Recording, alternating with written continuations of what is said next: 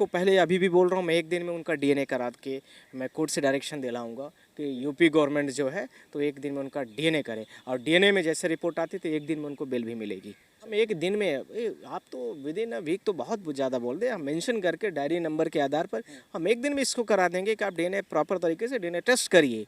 और यूपी के chief minister को भी मैं बोलना चाहता हूँ, और वहाँ के मिल जाएगी। मुस्लिम व्यक्ति से संबंधित भी नहीं है उस आरोपी से।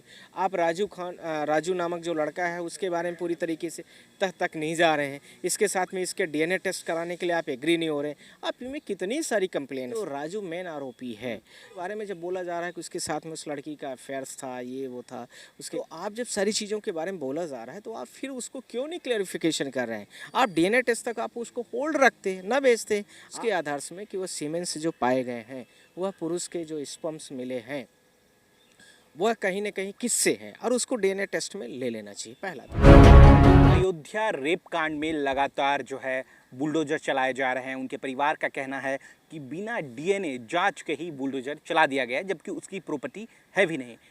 इस विषय पर खास बातचीत करने के लिए supreme court advocate Narendra Mishra ji हमारे साथ मौजूद हैं। सुप्रीम कोर्ट में क्या लग रहा है? अब तो वो परिवार रोकर बिलख कर कह रही हैं कि योगी जी गलत काम कर रहे हैं। मैं आपके माध्यम से एक चीज़ कहना चाहता हूँ कि डीके बासु थे, बहुत बड़ा सुप्रीम कोर्ट का जजमेंट पास हुआ था। डीके बासु का जजमेंट कहता है कि कोई भी यदि पुलिस एफआईआर होता है तो उसके अकॉर्डिंगली उसमें नाम और स्टैंडर्ड्स दिए गए हैं। उस नाम में यदि कोई भी व्यक्ति यानी विक्टिम्स कोई भी व्यक्ति किसी का भी नाम पुटअप कर देता है, फलाना था या वो था, तो पुलिस को इस चीज़ को ध्यान रखने की ज़रूरत है कि उस व्यक्ति के संबंध में डीके बासु और साथ में सुप्रीम कोर्ट के ललिता कुमारी के जजमेंट से उसको फॉलोअप करे। अब वो जजमेंट्स के बारे में क्या बोला गया है, उस नाम को यूपी गवर्नमेंट नहीं फॉलो करे। मैं पहला पॉइंट उसमें आ रहा हूँ। वह पॉइंट में पहला यह कहता है कि कोई भी व्यक्ति कंप्लेनेंट्स के बारे में यदि कुछ भी ऐसा आता है, विक्टिम्स के बारे में कोई घटना घटती है, उसका डीएनए टेस्ट होना चाहिए। उसके साथ में उस व्यक्ति के बारे में उसकी स्टोरी के बारे में डीपली जाना चाहिए, जैसा कि इस स्टोरी में थोड़ा सा डिफरेंट है, मैं उसमें भी बात करूँगा। तीसरा, उसके साथ में यदि कोई विक्टिम्स है और यदि कोई आरोपी है, आरोपी के बारे में यदि कुछ है तो उसको पूरी तरीके से जाँच किया जाए। चौथा, इसके साथ में यदि आरोपी को पकड़ा जा रहा है तो उसके घर को और उसके फैमिली से उसका रिलेशन नहीं होना चाहिए। ये बहुत सारे इसके डीके बासु में आता है। इसी के साथ में ललिता कुमारी का जजमेंट कहता है कि सुप्रीम कोर्ट की जो गाइडलाइन है, कोई भी व्यक्ति को यदि विक्टिम्स कोई घटना घटती है तो उसको प्रॉपर इन्वेस्टिगेशन करके 24 घंटे के अंदर में मजिस्ट्रेट के सामने पुटअप करना चाहिए। मजिस्ट्रेट को उसमें डायरेक्शन देने की ज़रूरत होती है कि क्या यह जो एफआईआर किया गया है वो सही है या गलत है। अब आ रहा हूँ एक एक पॉइंटों के डीके बासु और इनकी ललिता कुमारी में। जैसा कि आप लोगों को सबको पता है कि अयोध्या की घटना नो डाउट ये शर्मनाक घटना है, जिसने भी किया उसको, उस आरोपी को उसमें वो सख्त से सख्त होनी चाहिए सज़ा। पर यह आरोपी है कौन? इसके चक्कर में सही आरोपी जो है उसको छोड़ दिया जाए और किसी जाति विशेष के आरोपी को या किसी भी व्यक्ति को सो एंड सो को पकड़ करके उसमें नाम लिस्ट कर दिया जाए, आरोपित कर दिया जाए, यह मेरे नज़र में सत्यापित नहीं है। अब उसके क्या हो सकते हैं? पहली चीज़, जो लड़की का रेप की घटना हुई है तो उसके सीमेन स्लाइड्स की चेकिंग होती है, पुरुष की भी होती है और महिला की भी होती है। एक्स और वाई करके एफएसएल रिपोर्ट हम लोग उसको कहते हैं। तो एफएसएल रिपोर्ट जो यूपी में है, जैसे मध्य प्रदेश में सागर लैब है, ऐसे ही हर स्टेटों में अपने अलग अलग हैं। तो वहाँ पर उसकी चेक करके विद इन 24 आवर्स में या 1 to 3 डेज़ में उसको तुरंत उसको चेक करना चाहिए, और उसके आधार से कि वो सीमेन से जो पाए गए हैं वह पुरुष के जो स्पर्म्स मिले हैं वह कहीं ना कहीं किससे हैं, और उसको डीएनए टेस्ट में ले लेना चाहिए। पहला तो डीएनए टेस्ट होना अनिवार्य है, इसके माध्यम से डीएनए टेस्ट होना अनिवार्य है। उसके बाद जब यदि कोई पीड़िता यह कह रहा है, पीड़िता का पक्ष के फला व्यक्ति हो सकते हैं, तो फला व्यक्ति कौन कौन से, उन सारे सस्पेंडेड जो भी हैं सस्पेक्टेड एक्यूज्ड को पकड़ना चाहिए, जैसा कि इसमें केस में नहीं किया जा रहा है। तीसरा, अब आ रही है अगली बात कि ये मुस्लिम एक कम्युनिटीज़ है, मुस्लिम कम्युनिटीज़ को टारगेट करके ऐसा करना मेरे हिसाब से कोई भी न्यायप्रिय नहीं हो सकता है, क्योंकि जो सोशल मीडियाज़ में और विक्टिम्स के घर वाले, साथ ही साथ में जो आरोपियों के घर वाले, और हमने जो सुना है उनके आधार पर वो कह रहे हैं कि सर उस बच्चे का उससे कोई रोल नहीं था, जबकि उसके ऑफिस एम्प्लाई कोई लड़का था राजू नाम का, उससे संबंधित वो मैटर है। तो ऐसा हो सकता है, तो उसको क्रॉस वेरीफाइड किया जाए, और इस क्रॉस वेरीफाइड के वेरिफिकेशन इन्वेस्टिगेशंस में सबसे बड़ा अहम रोल जो है 99.9% करेगा वो डीएनए टेस्ट करेगा कि किस व्यक्ति के साथ में उस बच्ची का संबंध हुआ और उसके बाद में क्या क्या उसमें सारी चीज़ें आई निकल कर ये सत्यापित हो जाएगा कि वह लड़का सही है या गलत है। अब इसके साथ में उसकी पूरी फैमिली को यानी जो आरोपी है जो भी मोहित खान, अब उसके परिवार को आप उसमें पीड़ित कर रहे हो, परिवार को घसीट रहे हो। यदि चल रहा है उसके घर पे सर। हाँ, बुलडोजर चलाना जैसे। अब वो मुझे ये सुनने में आया सोशल मीडिया और मीडिया के माध्यम से कि पीएनबी बैंक शायद उनकी प्रॉपर्टीज़ में सिचुएटेड था और वो पीएनबी बैंक जो है तो इन्हीं की प्रॉपर्टीज़ में था, ऐसा यूपी की गवर्नमेंट कह रही है। अब उसके नाम पर आप बुलडोजर चला रहे हो, तो मेरा यह कहना है कि उस प्रॉपर्टी ये किसकी है। मुझे लगता है कोई इंडिया के बाहर का कोई एनआरआई है, उसकी प्रॉपर्टी शायद है। आप वहाँ पर भी देखिए, यानी एक व्यक्ति को कमज़ोर करने के लिए, एक व्यक्ति को हरास करने के लिए, ये कि जाति विशेष को टारगेट करने के लिए आप देश में किस तरीके के दंगे का उत्पात फैलाना चाहते हो। मैं आपके माध्यम से बोलना चाहता हूँ, आपके टीवी चैनल के माध्यम से बोलना चाहता हूँ कि इनको इसमें प्रॉपर जो डीएनए टेस्ट है उसको करना चाहिए और उसके बाद यदि आपको डीएनए टेस्ट में कन्फर्मेशन आती है तो यू विल डू इट। लेकिन अखिलेश यादव ने भी यही बात कहा है कि सबसे पहले डीएनए टेस्ट होना चाहिए।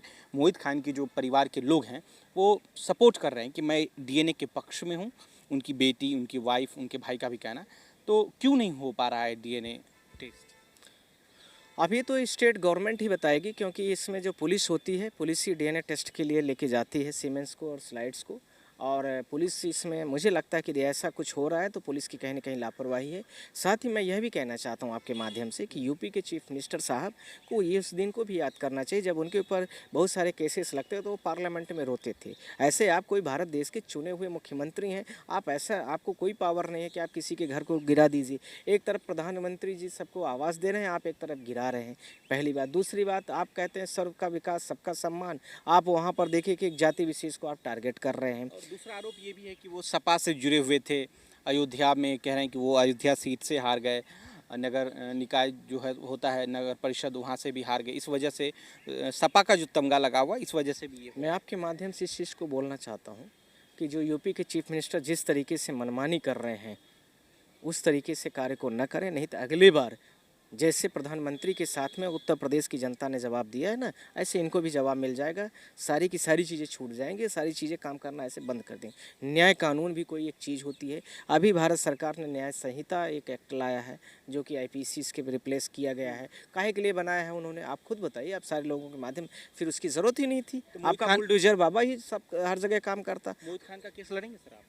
मोहित खान का मेरे पास आएगा, मैं ज़रूर लड़ूंगा। अभी सिर्फ हमसे क्लैरिफिकेशन लिया जा रहा है कि इसमें कुछ डायरेक्शंस चाहिए। डायरेक्शंस के लिए उनको ज़रूरत है तो हम उनके लिए अपीयर्ड हुई होंगे और उनके लिए कोई भी देश का नागरिक हो, मोहित खान बस नहीं, कोई भी देश का पीड़ित व्यक्ति होगा, यदि उसके साथ वो लगता है कि अन्याय हो रहा है तो हम उस अन्याय में खड़े हैं, चाहे कोई भी हो, स्वयं हो। आप कह रहे थे कि अगर ये केस जो है सुप्रीम कोर्ट में आता है तो विद इन 1 वीक के अंदर जो है हम एक दिन में, आप तो विद इन अ वीक तो बहुत ज़्यादा बोल दे, हम मेंशन करके डायरी नंबर के आधार पर हम एक दिन में इसको करा देंगे कि आप डीएनए प्रॉपर तरीके से डीएनए टेस्ट करिए। और यूपी के चीफ मिनिस्टर को भी मैं बोलना चाहता हूँ और वहाँ के मिल जाएगी। बेल की मैंने बात नहीं किया, डीएनए के लिए मैं डायरेक्शन की मैं बात कर रहा हूँ। बेल की बात तो second part of the case होगा। डीएनए इसका कंफर्मेशन किया जाए और वो कह रहा है कि हमें गलत तरीके से फंसाया जा रहा है तो क्वेशिंग एफआईआर एक प्रोसेस होता है, क्वेशिंग एफआईआर में भी आ सकते हैं, हम डायरेक्ट भी एप्लीकेशन आ सकते हैं। साथ में ललिता कुमारी का कोर्ट ऑफ कंटेम्प्ट का जजमेंट जो है उसमें कोर्ट ऑफ कंटेम्प्ट में भी जा सकते हैं, डीके बासु के जजमेंट में जा सकते हैं, वो हम सब कुछ कर सकते हैं। पर वो जैसे मेरे पास कितना जल्दी आते हैं यह एक हमारे लिए एक बड़ा मसला होगा। उनके परिवार का कहना था कि पहले डीएनए जांच होता, फिर वो जेल में जाते, लेकिन पुलिस जो है थाने पे बुलाती है, सीधा जेल भेज देती है। ये तो पुलिस ने एलिस्ट, देखिए मैं आपको यह भी बोलना चाहता हूँ कि यदि कोई भी व्यक्ति ऐसा कह रहा है तो उसको भी सुनना चाहिए। पर यदि पुलिस ने किसी के नाम पर एफआईआर किया है तो ठीक है, मैंने उस बात को मान लिया कि आपने एफआईआर किया तो उसको आपने डिटेन कर लिया। पर जो राजू मेन आरोपी है जो कि, हाँ, तो उसके बारे में जब बोला जा रहा है कि उसके साथ में उस लड़की का अफेयर्स था, ये वो था, उसके घर के और भी लोग उसमें इन्वॉल्व थे, ये सारी चीज़ें हमने सोशल मीडिया से और उसके सारे लोगों के माध्यम से सुनने को मिला है। तो आप जब सारी चीज़ों के बारे में बोला जा रहा है तो आप फिर उसको क्यों नहीं क्लैरिफिकेशन कर रहे हैं? आप डीएनए टेस्ट तक आप उसको होल्ड रखते, ना भेजते। आप उसके घर को गिरा देंगे तो क्या आपको वो घर दोबारा बना के देंगे जिस दिन वो फ्री में? अभी उनकी प्रॉपर्टी नहीं है ना जो बेकरी पे बुलडोजर चला है। वही मैं आपसे मैंने बोला भी है कि ये इंडिया की प्रॉपर्टीज़ नहीं है, इंडिया के बाहर की प्रॉपर्टीज़ है। यानी हर स्टेप पर आप देखिए क्लैरिफिकेशन नहीं है। पहला तो देखिए कि एफआईआर हो रहा है किसी और का, नाम किसी और का है, पहले क्लैरिफिकेशन यहीं पर नहीं है। दूसरा एक जाति विशेष को टारगेट किया जा रहा है। तीसरा सेंट्रल गवर्नमेंट कहीं ना कहीं यह कहती हुई नज़र आती है कि मैंने नया एक्ट ला दिया है, इस एक्ट में ये चीज़ें होंगी। आप उसी एक्ट को आपका ही चीफ मिनिस्टर नहीं मानता है। चौथा, इसके साथ में जो मैं आपसे यह भी कहना चाहता हूँ कि जो अभी property situated bearing property PNB bank जहाँ पर अभी सिचुएटेड है, रनिंग में है, उसको आपने हटाने के लिए बोल दिया है, आदेश दे दिया कि आप इसको हटाइए। वहाँ पर भी लॉकअप होते हैं, वहाँ पर बहुत सारी चीज़ें, कितने लोगों का वहाँ पर बैंक के अकाउंट्स हैं, वो आपने सारी चीज़ों को ताक में रखते हुए, वह प्रॉपर्टी भी है किसी एनआरआई की है, मुस्लिम व्यक्ति से संबंधित भी नहीं है उस आरोपी से। आप राजू नामक जो लड़का है उसके बारे में पूरी तरीके से तह तक नहीं जा रहे हैं। इसके साथ में इसके डीएनए टेस्ट कराने के लिए आप एग्री नहीं हो रहे हैं। आप में कितनी सारी कंप्लेंट्स हैं। योगी सरकार को क्या कहना चाहते हैं?